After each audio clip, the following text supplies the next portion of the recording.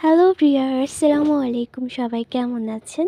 আলহামদুলিল্লাহ, আমিও ভালো আছি। দিন পর আমাদের বাসায় আমার একটা কাজিন বেড়াতে আসে, আর তাই মনে হলো যে একটু বের হওয়া যাক। আর আমরা সবগুলো কাজিন যখন একসাথে হই তখন চেষ্টা করি কিছু না কিছু করার। আফটার লং টাইম পর আমরা সবাই কোথাও বের হয়েছিলাম।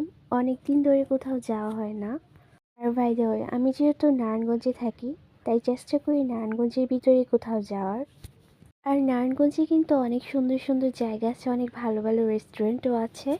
আর নারায়ণগঞ্জের ভিতরে আমার সবচেয়ে একটা পছন্দের জায়গা ক্যাপ্টেন্স টেবল। রুটটপটা আমার খুবই পছন্দ, তাই আজকে ডিসাইড করলাম এই জায়গায় যাব। আর এই রুটটপ রেস্টুরেন্টটা আমার কাছে খুবই ভালো লাগে, কারণ এখানে মানুষ খুবই কম থাকে।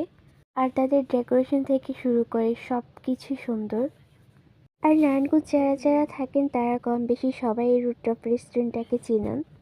তাদের মেইনলি 2টা ফ্লোর, বাট আমরা সবসময় উপরেই আসি। আর ভিতরে যে প্লেসটা আছে ওইটাও খুব ভালো করে গোছানো, খুবই সুন্দর করে তারা ডেকোরেশন করেছিল। আমরা একটু ভিডিও করছিলাম।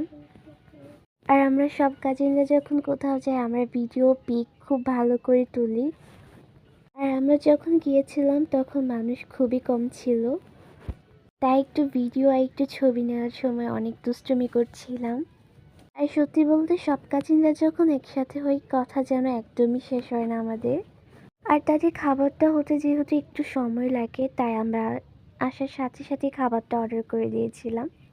ক্যাপ্টেন্স টেবিলে যতবারই আসি আমরা এই স্যুপটা ট্রাই করি, কারণ এই থাই স্যুপটা তাদের খুবই ভালো লাগে আমার কাছে। আর তাদের অনেকগুলো সেট মেনুও ছিল, আর সেট মেনুগুলো খুবই ভালো ছিল। আর আমরা যখনই যাই আমি এই স্যুপটা ট্রাই করি, তাদের এই স্যুপটা বেস্ট বেস্ট। আসলে আমি কিন্তু কোনো ফুড ব্লগার না, আমার কাছে যেটা ভালো লাগে আমি সেটাই বলে থাকি। আমি ফার্স্টেই বলেছি যে নারায়ণগঞ্জে অনেক ভালো ভালো জায়গা আছে, বাট আমাদের কাছে এই জায়গাটা খুবই ভালো লাগে। আর তাদের উপরেও একটা বসার জায়গা আছে, ওই জায়গা থেকে একটু ভিডিও করছিলাম আমি। আর মেনলি এই রেস্টুরেন্টটাতে রাতের বেলা অনেক বেশি সুন্দর লাগে। তারপর আমরা খাওয়া দাওয়া শেষ করে নিচে নেমে যাই। আর বাসায় যাওয়ার সময় এই সুন্দর সুন্দর চায়ের কাপগুলো আমার চোখে পড়ে। আর এখানে অনেক সুন্দর সুন্দর মাটির ব্যাঙও ছিল। এই জিনিসগুলোর প্রাইস খুবই রিজনেবল ছিল।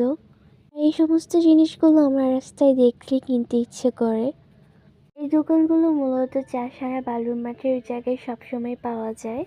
ফাইনালি আমাদের পছন্দের একটা জায়গা, যেখানে আমরা সবসময় এই জায়গা থেকে শেক বা লাচ্ছি খেয়ে থাকি।